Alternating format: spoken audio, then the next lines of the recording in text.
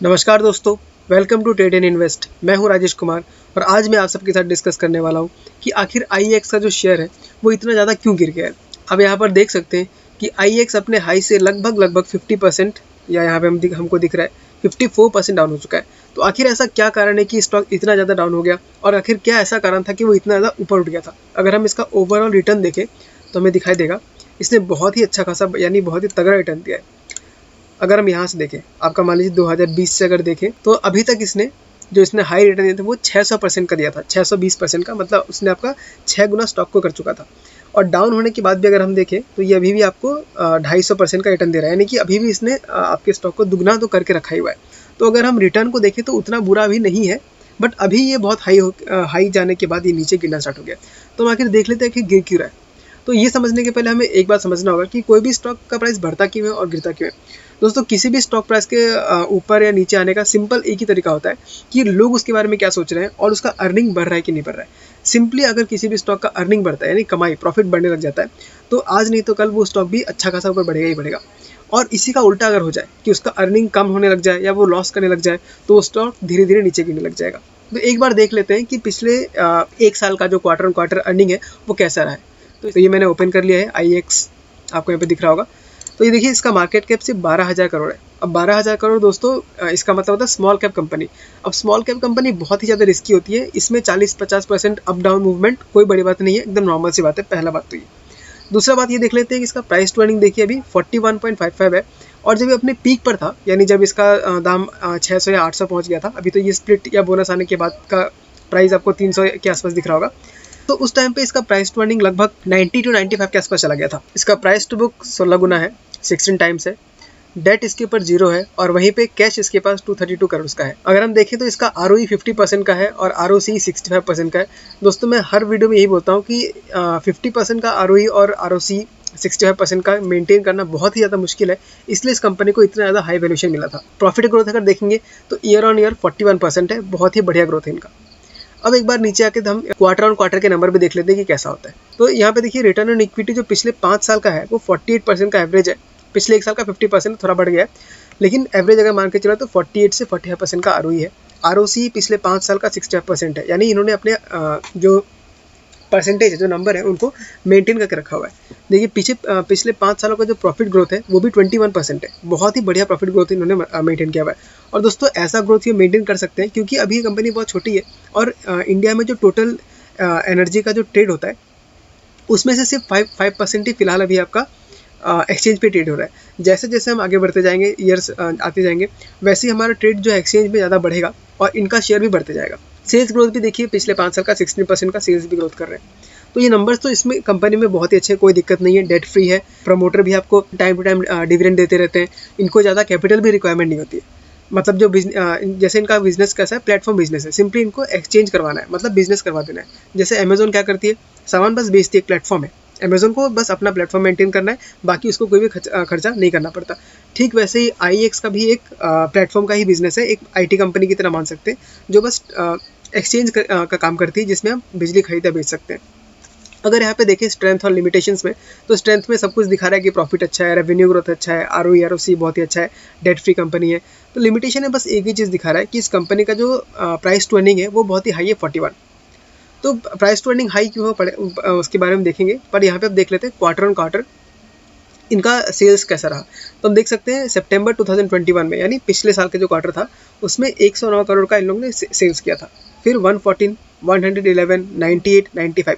तो हम देख सकते हैं पिछले एक साल से क्वार्टर ऑन क्वार्टर कंटिन्यूसली इनका जो सेल्स है वो डाउन होते जा रहा है। तो दोस्तों, मैंने पहले ही कहा था, कंपनी कब डाउन आना शुरू होगी, जब उसका सेल्स डाउन होना शुरू होगा और उसका प्रॉफिट डाउन होना शुरू होगा। तो हमको दिख रहा है यहाँ पे सेल्स अगर कंटिन्यूसली डाउन है तो प्रॉफिट भी कंटिन्यूसली डाउन होगा ही होगा।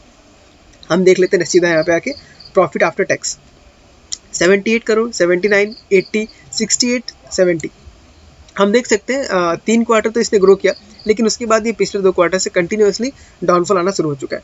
तो इसकी वजह से इसका स्टॉक भी गिरने लग जाता है। क्यों? क्योंकि इसका वैल्यूएशन बहुत हाई हो चुका था। दोस्तों, आप सिंपली समझ के देखिए, अगर आपको एप्पल बहुत ही ज़्यादा पसंद है तो आप एप्पल के लिए अगर उसका एक्चुअल दाम अगर 100 रुपये पर केजी है तो आप उसके लिए 120, 150, 200 रुपये तक देने को रेडी हो जाओगे। लेकिन वही अगर उसका दाम 1000 तक पहुंच जाए तो आपके अंदर भी ये कहीं ख्याल है कि यार सेब की जगह मैं आम या कुछ दूसरा फ्रूट्स भी खा सकता हूँ, क्योंकि अब कंपेयर होगा कि इस चीज़ के लिए इतना वैल्यूएशन दे सकते हैं कि नहीं, और वहीं पे अगर हल्का सा भी डिमांड कम होता है तो सेब का दाम वापस बहुत गिर जाएगा और अपने फेयर वैल्यू के पास में आ जाएगा। ठीक उसी तरीके से अगर कोई हाई ग्रोथ कंपनी है, उसका प्राइस टू अर्निंग बहुत हाई हो जाता है, प्राइस टू बुक बहुत ज़्यादा हाई हो जाता है, और उसमें अगर थोड़ा सा भी स्लो ग्रोथ होता है तो उसका प्राइस टू अर्निंग उसी तरीके से, यानी शेयर का प्राइस बहुत जल्दी ही गिरने लगता है और अपने फेयर वैल्यू के पास आ जाता है। तो अभी इसका प्राइस टू अर्निंग 41 है, जो कि मेरे ख्याल से फेयरली वैल्यूड होना चाहिए, ये मेरा पर्सनल ओपिनियन। ओके दोस्तों, अगर मैं इनका ईयर ऑन ईयर देखूँ तो अभी भी ये काफ़ी अच्छा खासा इनका सेल्स चल रहा है। 2018 में 230 करोड़ का सेल्स था, फिर 254 हुआ, 257 हुआ, 317 हुआ, 425 हुआ, यानी कि ईयर ऑन ईयर अभी भी ये लोग का जो ग्रोथ है वो मेंटेन्ड है। बस पिछले एक साल में इनका शायद ग्रोथ किसी कारणों की वजह से बहुत ज़्यादा हाई हो गया होगा, अब वापस नॉर्मलाइज हो रहा है तो इनका स्टॉक। ठीक है दोस्तों, तो अब हम देख लेते हैं इसका शेयर होल्डिंग हमें कैसे दिखाता है। शेयर होल्डिंग बहुत इंपॉर्टेंट होता है। जैसे कि हम अगर प्रमोटर खुद या फिर अगर FIIs DIIs अपना शेयर होल्डिंग बढ़ा रहे हैं तो इसका मतलब ये होता है कि उन्हें इस कंपनी में ज़रूर कुछ अच्छा दिख रहा है। जो FIIs और DIIs हैं वो हमसे बहुत ज़्यादा उनके पास रिसोर्सेज रहते हैं, बहुत ज़्यादा वो रिसर्च कर सकते हैं, इसलिए हमें एक बार उनकी तरफ हमेशा नज़र रखना चाहिए कि वो लोग क्या कर रहे हैं। तो अगर मैं यहाँ पे देखूँ तो प्रमोटर होल्डिंग यहाँ पे जीरो है। दोस्तों जीरो क्यों है? क्योंकि ये प्रोफेशनली रन कंपनी है, इसका कोई भी प्रमोटर नहीं है।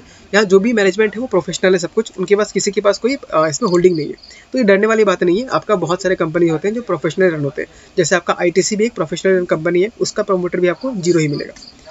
म्यूचुअल फंड्स को देख लेते हैं तो पिछले कुछ 3-4 क्वार्टर से म्यूचुअल फंड कंटिन्यूसली अपना स्टेक्स बढ़ा रही है, 12, 13, 15 और अभी 17% होकर रखा हुआ है। अगर DIS का देखें तो उन्होंने भी अपना 6.45% से 4.70% थोड़ा डिक्रीज़ किया है। लेकिन यहाँ पे एक इंटरेस्टिंग चीज़ क्या हमें दिख रहा होगा कि इंश्योरेंस कंपनीज़ ने 3.90% इसमें अपना स्टेक बढ़ाया है। ध्यान रखिएगा दोस्तों, इंश्योरेंस कंपनी नॉर्मली बहुत रिस्की ट्रेड्स नहीं लेते, क्योंकि उनको अपना जब किसी का क्लेम आया तो उनको पैसे देने के लिए ज़रूरत पड़ता है, तो वो लोग कभी भी इतना रिस्की ट्रेड नहीं लेते। तो अगर उन्होंने IEX में अपना होल्डिंग बनाया है, इसका मतलब ये हो सकता है कि उन्हें लग रहा है कि अब इसमें ज़्यादा डाउनफॉल नहीं होगा, अब यहाँ से ग्रोथ ही होना चाहिए।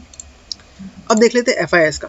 तो देखिए दोस्तों, मेन जो इसका गिरने का कारण है वो FIIs ही मुझे नज़र आता है, क्योंकि 38% से सीधा उन्होंने अभी इस क्वार्टर में 15% ला दिया है। ऑलमोस्ट उन लोग ने अपना जो शेयर का होल्डिंग था वो आधा कर दिया है, और वहीं पे हम रिटेलर्स ने क्या किया है, अपना होल्डिंग बढ़ाया है।